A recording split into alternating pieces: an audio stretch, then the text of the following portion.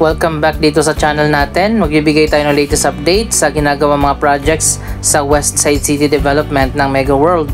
Dito lang yan malapit sa Soler Resort and Casino. Isa sa mega project na ginagawa dito ang bagong Westside City Resorts World.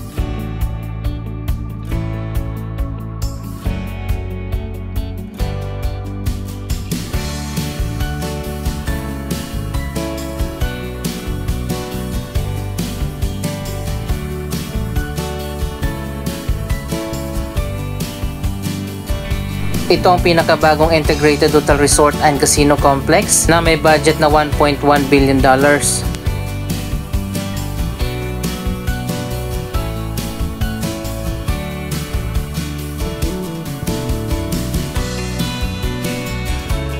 Ayon pa sa Alliance Global, tuloy-tuloy na ang progress sa bagong hotel resort and casino na ginagawa dito, na inaasahan na matatapos at magbubukas ito sa bagong schedule ng opening sa first quarter ng 2025.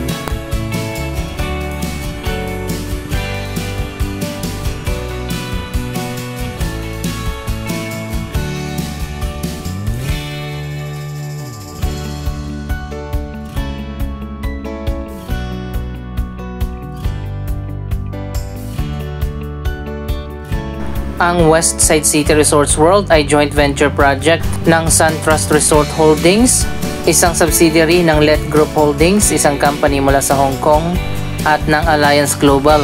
Ang parent company ng Mega World, ang developer ng Westside City, at ito ay mamanage ang Travelers Hotel International, isa din sa mga company ng Alliance Global. So hanggang ngayon guys, hindi pa rin natin alam kung ano itong building na tinatayo sa tabi ng hotel and casino.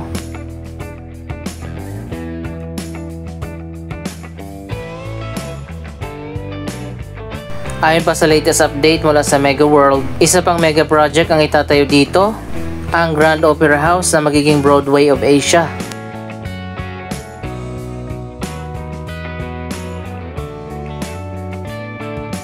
Ang Grand Opera na itatayo dito ay magkakaroon ng 1,500 seating capacity. Mapapanood sa bagong Grand Opera House ang mga local at international shows.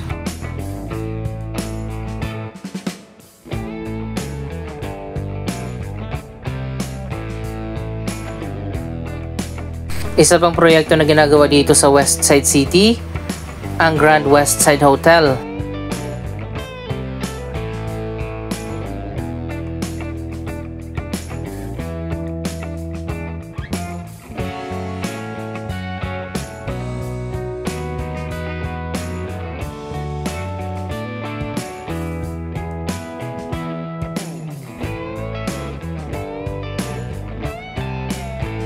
Malapit nang matapos ang bagong 5-star hotel.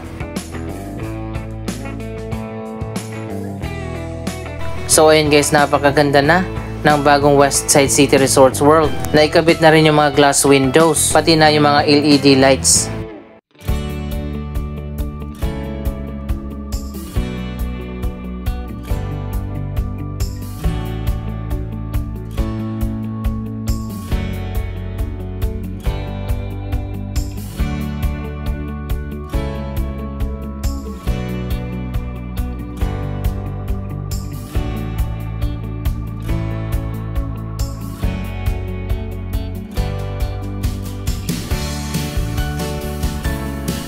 Mas mauuna na magbukas ang Grand Westside Hotel na magiging pinakamalawak na hotel dito sa ating bansa.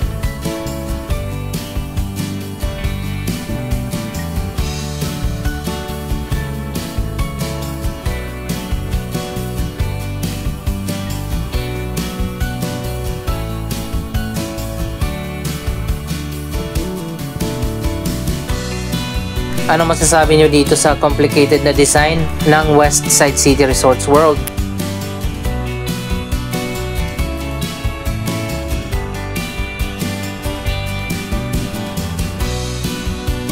Isa pang progress na nakita natin sa mga proyekto na ginagawa dito, ang bagong elevated walkway ay connected na sa dalawang hotel. Kung napanood nyo last week yung video natin, kalahati pa lang yung elevated walkway, ngayon magkadugtong na.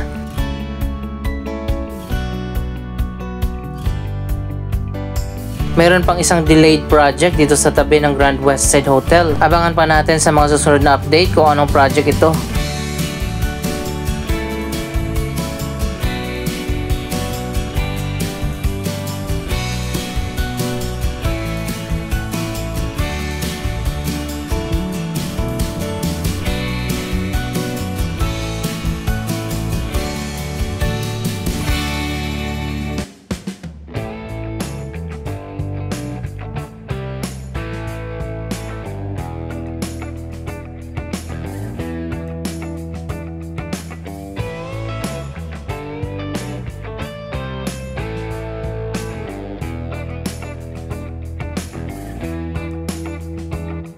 Sana glass ang ilalagay dito sa walkway.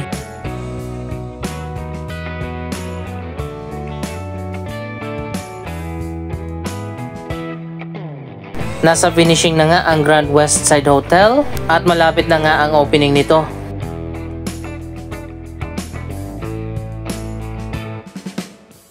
Kapag natapos na itong walkway, mas mapapadali na yung pagtawid na mga guests mula dito sa Grand Westside Hotel patawid doon sa Hotel and Casino at vice versa.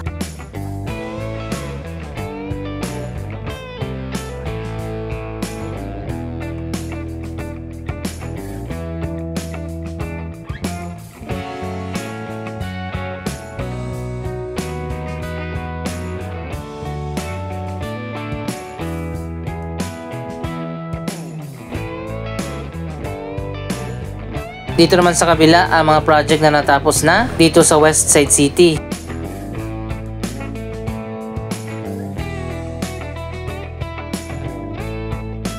Nasa likod ng Grand Westside Hotel, ginagawa na ang bagong residential condominium.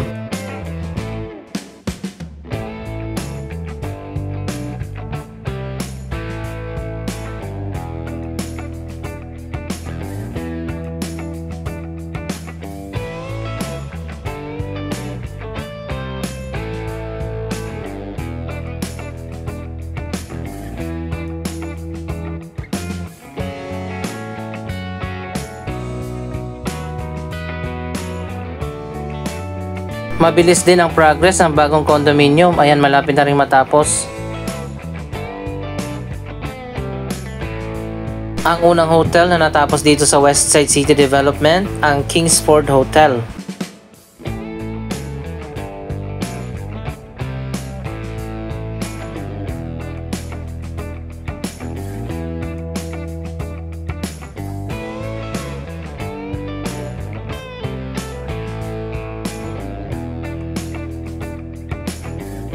Yung mga bagong condominium naman dito sa kabila ay tapos na rin.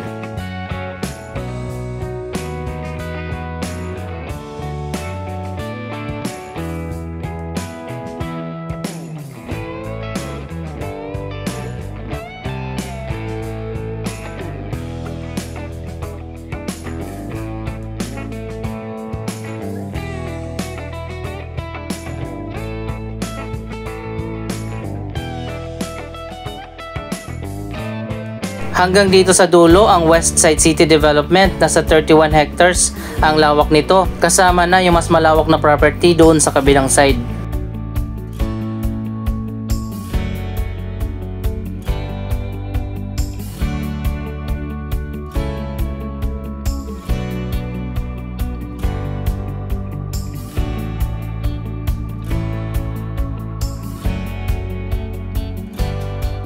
Magkakaroon na ng bagong kakompetensya ang Okada Manila kapag natapos na at nagbukas na ang bagong Westside City Resorts World.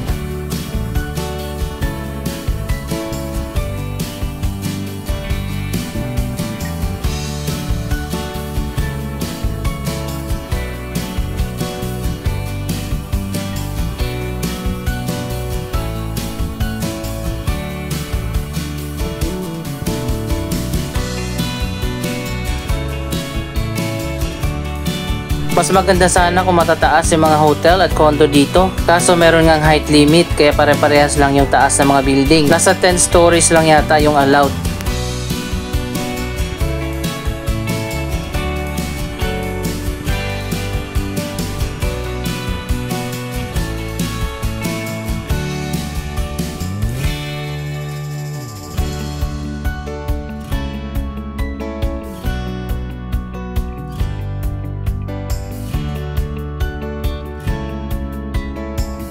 Hindi pa natin alam ang schedule ng grand opening ng Grand Westside Hotel. Pero yung press release dati last quarter ng 2024.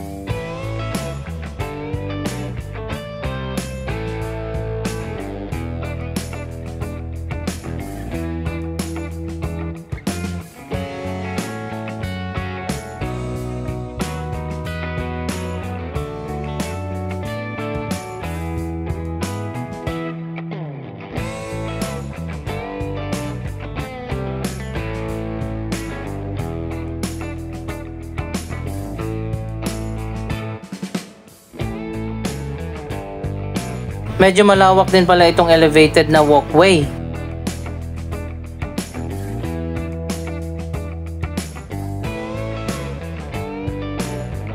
Abangan pa natin yung iba pang mga projects na itatayo dito, katulad ng Grand Opera House, Lifestyle Mall at marami pang iba.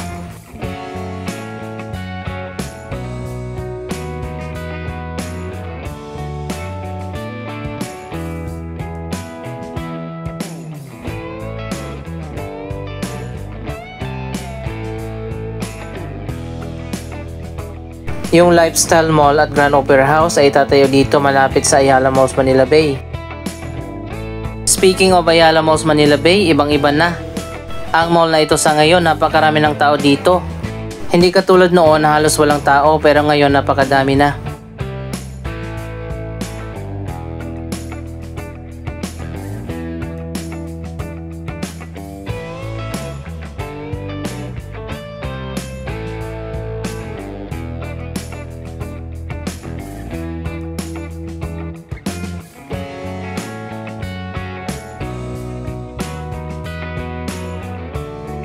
Sa bagay, gano'n naman talaga ang mga bagong mall.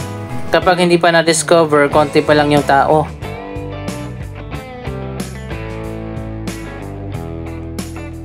Nakakatulong din yung iba't ibang mga shows at mga events na ginaganap dito sa loob ng Ayala Malls Manila Bay para unti-unti na maging popular ito. Kasalukuyan pang ginagawa ngayon ang magiging extension ng Ayala Malls Manila Bay, ang Landmark Building. Magbubukas dyan ang supermarket at department store.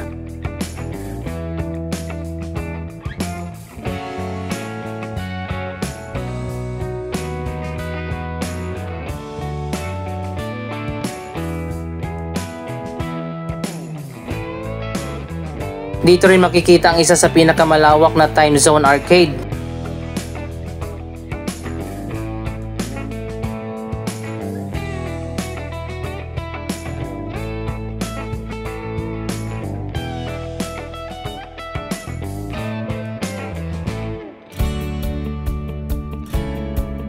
Para sa mga hindi pa alam kung paano pumunta dito, sumakay lang kayo ng bus na papunta sa PTEX. Lahat yan ay dadaan dito sa Ayala Malls Manila Bay at nagbababa ng pasahero dito mismo sa tapat ng mall.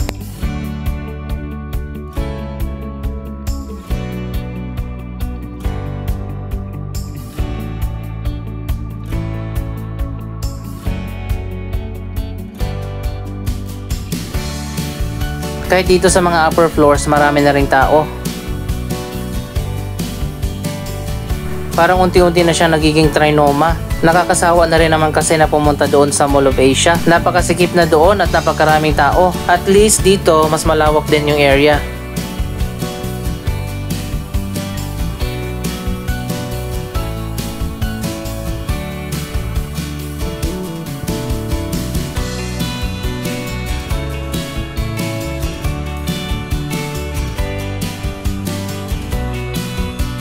May transport hub din dito sa harap ng mall.